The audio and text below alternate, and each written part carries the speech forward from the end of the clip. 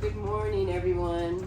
I am another first cousin on her mother's side, and I'm here with my husband Ted, my brother John Hardy, and his wife Sarah Francis, and then my sister Jane and her husband Chris. And we were all here 3 years ago in wonderful Sonoma at Carragher, and just had the most incredible visit with Anne and some bonus time with Jane and Martha, which was just great.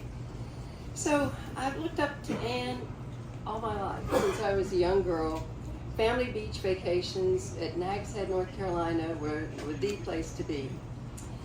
She was my cool cousin, always smart, fun, and stylish, but above all, generous.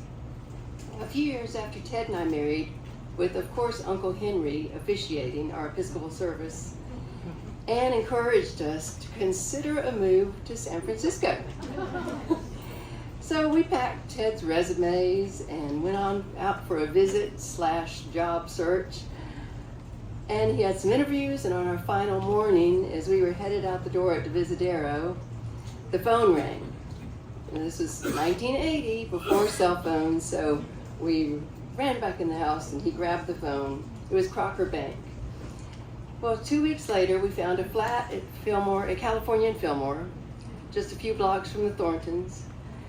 And Ted started work with Crocker, and I started work with Eileen West. Thanks, Lainey. It wasn't long into our 5-year stint in our now beloved San Francisco that we declared Anne our fairy godmother. She was so welcoming and generous, including us in family dinners, weekends here in Sonoma, introducing us to the magical Westerbeck Ranch, including us when friends and family were in the city, and just being our cheerleader and mentor. She shared recipes and decorating tips. White lawn fabric was always included in that.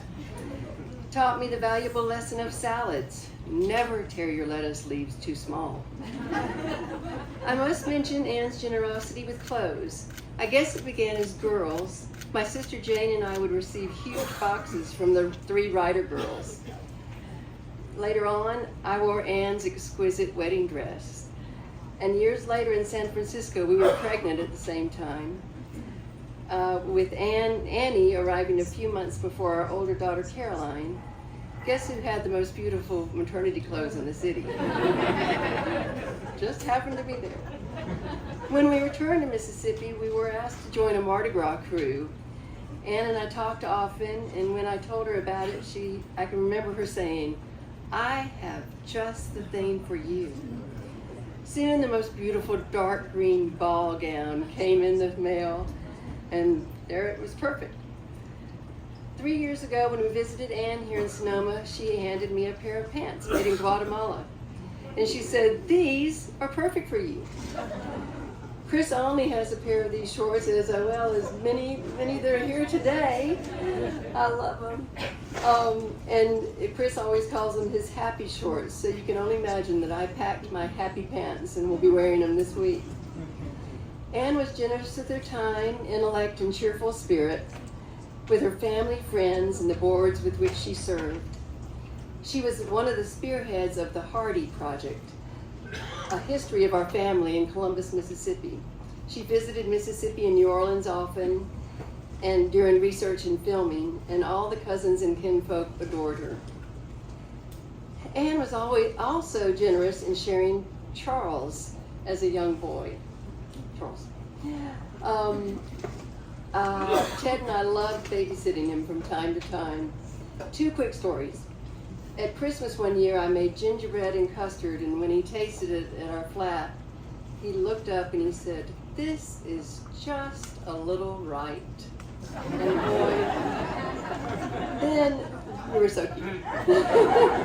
Another time, we took him on a Golden Gate Park adventure, and when we returned, he looked at Ted and said, "You are a good man." He is often quoted in our home. Thanks, Charles. One more Anne story. We were going to Italy, so she casually asked us to take a single gold earring to a charming goldsmith shop on Florence on the Ponte Vecchio. She had lost its match. We were happy to oblige, anyway, to show our gratitude to her. Who wouldn't want a foreign mission that includes the beautiful bridge over the Arno? Anne looked after us even when we moved back to Mississippi, calling us after hurricanes, tornadoes, and just checking in on children and the grands. She was named for our incredible mother, Anne Hardy, who many of you knew. Many wonderful Annes have followed, including our 3-year-old granddaughter, Annie Blue. We will make sure she knows the legacy of her namesakes. I'll always remember Anne as my really cool cousin, my West Coast sister, and my lifelong friend. Thank you.